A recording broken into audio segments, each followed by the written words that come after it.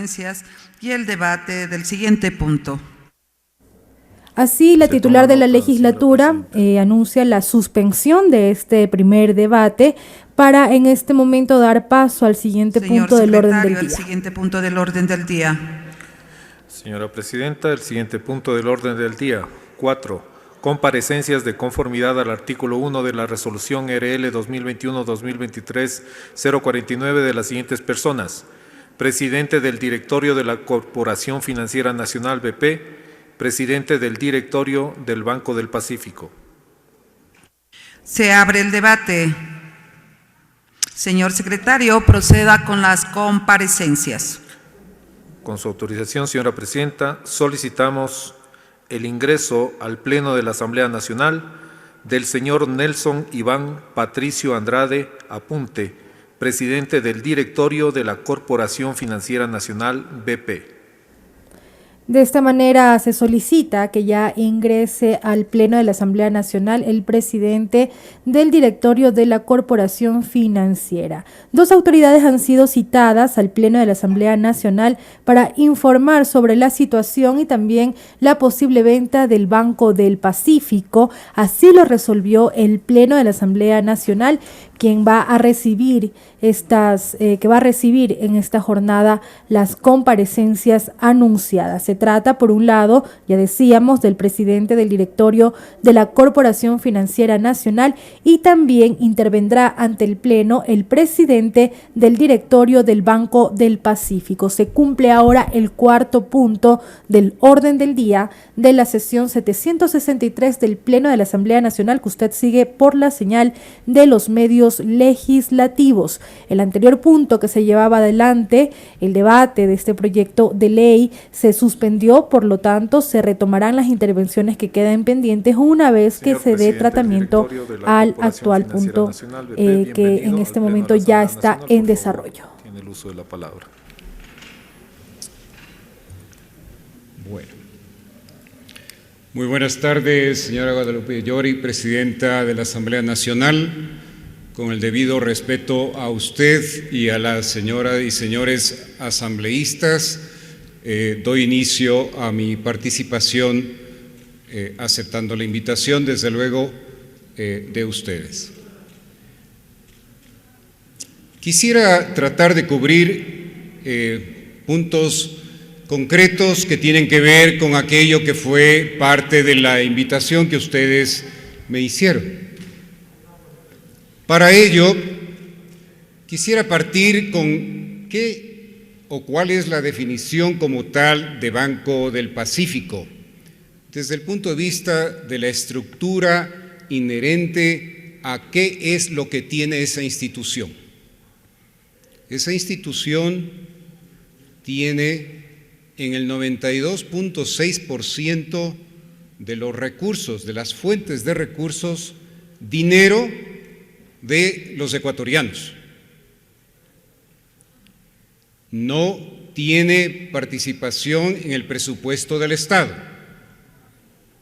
No recibe recursos públicos. Banco del Pacífico es un banco privado cuyo dueño es una institución pública, la Corporación Financiera Nacional.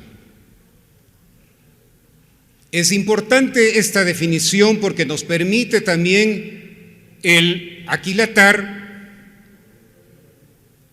que la solvencia, la liquidez, la estructura patrimonial financiera de un banco cuyos depositantes son personas, ciudadanos ecuatorianos, empresas, microcrédito, pequeñas, medianas empresas y grandes empresas, es de los privados. Hago esta acotación para luego pedir que por favor tengan la gentileza de ver unos gráficos. No voy a ir a través de todas las cifras, pero quisiera que se quede aquí porque esto además es información pública. Si por favor vemos el cuadro de lo que es resultados Banco del Pacífico. Lo que vamos a encontrar es que en el año 2007, ya lo van a ver en la pantalla, esta información quedará con ustedes, el Banco del Pacífico tenía 1.490 personas de funcionarios empleados, tuvo un resultado neto de 59.5 millones de dólares. Este resultado, a través del tiempo, empezó con gastos operativos de 42.6 millones de dólares. En el transcurso de los años, para el año 2019, se llegó a la suma de gastos operacionales de 232.6 millones de dólares. El gasto de personal fue de 15.4 millones a 104 millones en el año 19.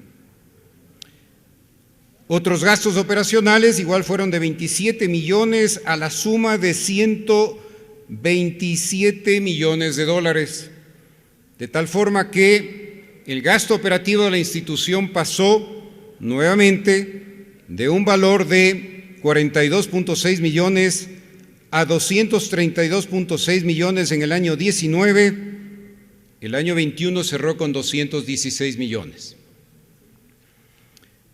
Es importante el que recordemos que un banco, el buen manejo de un banco, la prudencia en el manejo del dinero de los depositantes, se fundamenta en que la institución tenga prolijidad en la concesión de crédito.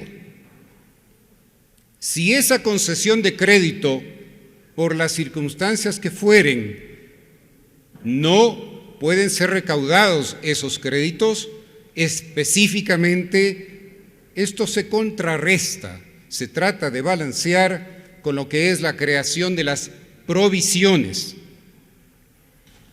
Esto es parte del manejo prudente de una institución bancaria que para dar crédito se fundamenta en 4 Cs. La primera, que tiene que ver con aquello que es la esencia del comportamiento humano. Luego, la capacidad de endeudamiento de quien toma el crédito. Luego, aquel capital que aporta. Y luego, el colateral que entrega. Esta es la combinación de elementos que se utiliza para conceder créditos. Y por las dificultades que puedan existir, es importante que la solvencia de la institución bancaria sea respaldada con las provisiones adecuadas. Las provisiones que en el año de 2021 totalizan 166 millones prácticamente, son en sí el doble de aquello que se estuvo provisionando, por ejemplo, en el año 2018, que fueron de 82 millones. Podemos decir que, en el año 20 fueron 115 millones. La razón de ser de ello es que es una manera de manejar prudentemente a una institución bancaria. Ese valor, a su vez, no es que es irrecuperable, pero es una manera de sincerar la información y los resultados de un banco, en este caso, este Banco del Pacífico.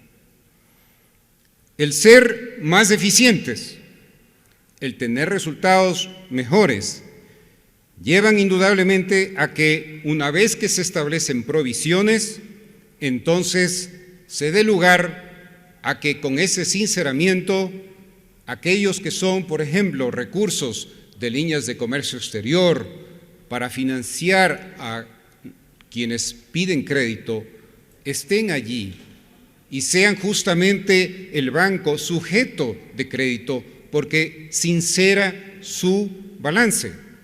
establecer provisiones no es debilitarle a un banco, es fortalecer la capacidad que tiene un banco de dar soluciones aún a quienes tienen justamente problema de pago. De tal forma que no es que se pierden, pero es la prudencia la que tiene que marcar estas acciones y decisiones como aquellas que se han marcado en el año 2021. Año 2021 en el cual, desde el punto de vista de lo que es el margen neto financiero, se llegó efectivamente, después de provisiones, al valor de 236 millones de dólares. Luego de los gastos operativos en los montos que se han indicado, efectivamente,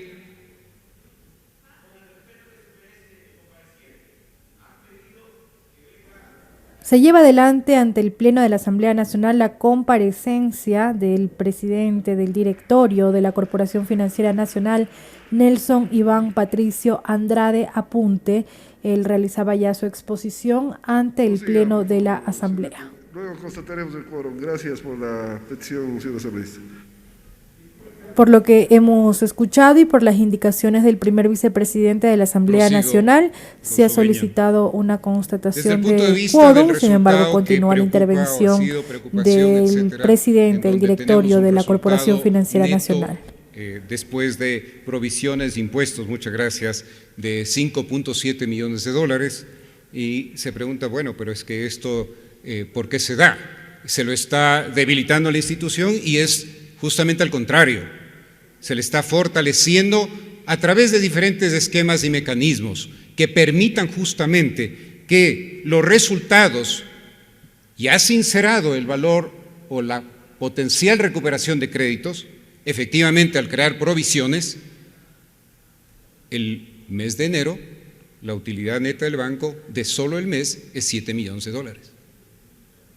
¿Por qué es importante el que nosotros entonces traslademos estas acciones que tienen que ver con ser más eficientes en el gasto de personal, en el gasto operativo, el hacer las provisiones necesarias? Porque cuando vamos al otro cuadro, son muchos números, quedarán con ustedes, que nos dan, y el reflejo del año 2007 hasta el 2019, que lo que nos dice es que esta es una institución sólida.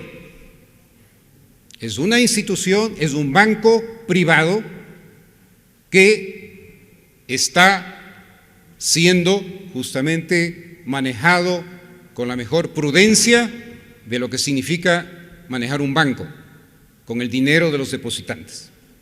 Y por ello es que, desde el punto de vista patrimonial, el patrimonio no ha bajado.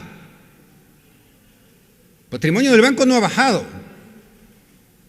Patrimonio del banco en el año de 2020 cerró con 794 millones de dólares y en el año 21 cerró con 819 millones de dólares. El banco no se ha debilitado. El banco no es que está peor. El banco es muy solvente. Y como digo, la cifra misma de cuál es el patrimonio, aún después de haber hecho las provisiones que he comentado, aumenta su patrimonio. Esa es la realidad. Estos son los números públicos. Cualquier ciudadano puede entrar a la página web de la Superintendencia de Bancos, y no solo de este banco, de todos los bancos privados, tener la información mes a mes. Esta información, que las dejo a ustedes, lo que trata de ejemplarizar es el hecho de que en la práctica este banco, siendo un banco solvente, se ha fortalecido por tomar decisiones gerenciales que permitan justamente que contemos con un banco digno de ser presentado en el mundo internacional. Cuando vean los números, los puedan revisar, van a ver que hoy por hoy, al cierre del año 21, teníamos previsiones de hasta 260 millones de dólares y nuestra composición de los activos es de tener un banco sumamente líquido. El 36% de los activos son fondos disponibles del banco. De un total de 7.000 tenemos 1.453 millones en fondos disponibles y de inversiones de 1.000 millones de dólares. Es un banco sumamente líquido. Prudencia en el manejo de una institución que tiene el dinero de los depositantes. Con este tipo de información, quisiera dar paso hacia dónde vamos, que es una preocupación genuina de todos. ¿Por qué vamos a proceder y estamos en el proceso de procurar la venta del Banco del Pacífico?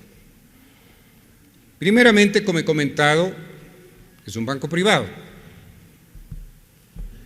Nosotros, cuando se habla del número de agencias, el número de lugares, digamos, a los cuales se llega, seguramente conocen, pero puedo reiterarles que nosotros tenemos 15.747 puntos de cobertura con los corresponsales no bancarios, que es casi la suma de dos bancos equivalentes o más grandes que Banco del Pacífico. No dejamos de atender a los depositantes o a quienes requieren crédito. Desde luego, y mantenemos el hecho de que son 733 cajeros automáticos. Con ello, cuando efectivamente se habla de la atención a las personas, más allá de los efectos que pueda tener una reducción de gasto, está justamente el hecho de que a buscar la eficiencia no se quiere dejar de lado y de excluir financieramente a quienes no pueden llegar. Por eso la necesidad de tener los corresponsales no bancarios, que son más de 15.000, y en oficinas tenemos como 111 oficinas. Esto es importante que lo mantengamos en mente, porque seguimos siendo un banco principal que atiende efectivamente a sus depositantes en todo el país. Desde el punto de vista práctico también, regreso al aspecto, digamos, de la venta. ¿Dónde es lo que estamos? Primero, ¿por qué es lo que el Ecuador requiere inversión internacional? Y en este caso, de una institución financiera privada. Quisiera expresar dos temas que son importantes.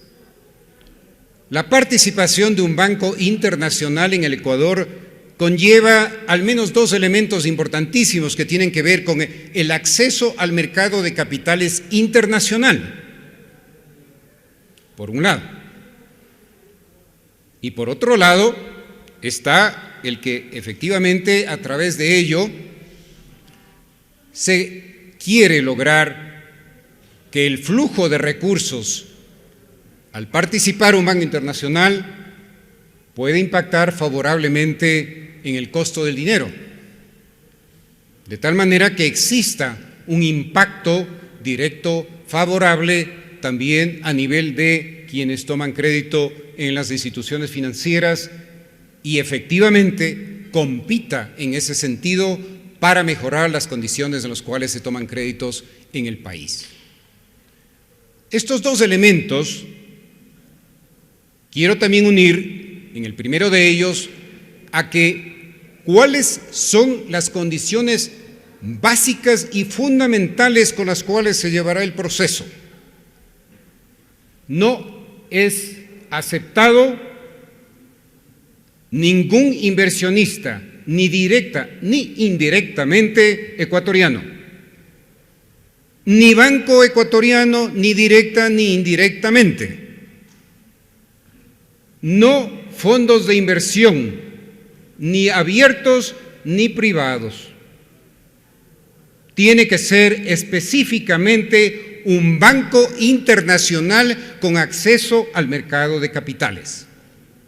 Allí es que se puede entonces sí velar por la salud económica, financiera en el país, contando con un partícipe que pueda traer esos beneficios a los ecuatorianos. Es haciendo un fundamento de la estructura como tal o del proceso de venta, debe a su vez o parte de que en este mes deberemos tener una actualización de la valoración del banco. Valoración que es un indicativo. Luego es un proceso en donde se contratará al banco de inversión que va a hacer la prospección de los potenciales interesados en comprar el banco y que cumplan las condiciones, de tal manera que cuando expresen su interés, firmarán un convenio de confidencialidad y tendrán que pasar por un tamiz inicial que justamente identifica el cumplimiento de entrada de estos elementos de idoneidad para poder participar, que entre otros les he mencionado algunos de ellos. Una vez que eso está, allí quienes han expresado interés han firmado el convenio de confidencialidad, han pasado por ese primer tamiz que lo someteremos a la Superintendencia de Bancos. Entonces allí es cuando se da paso a que quienes hayan cumplido puedan acceder al centro de información que tiene que ser la misma información al mismo tiempo, con los mismos límites y el mismo acceso a aquellos que hayan sido entonces en esa lista de los prospectos que han cumplido ese primer tamiz.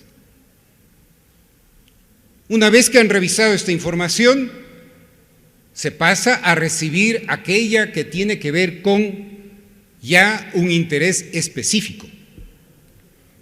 Y allí conoceremos qué instituciones tienen un interés específico, para lo cual, a su vez, pasan a un siguiente estrado que es el hacer la debida diligencia.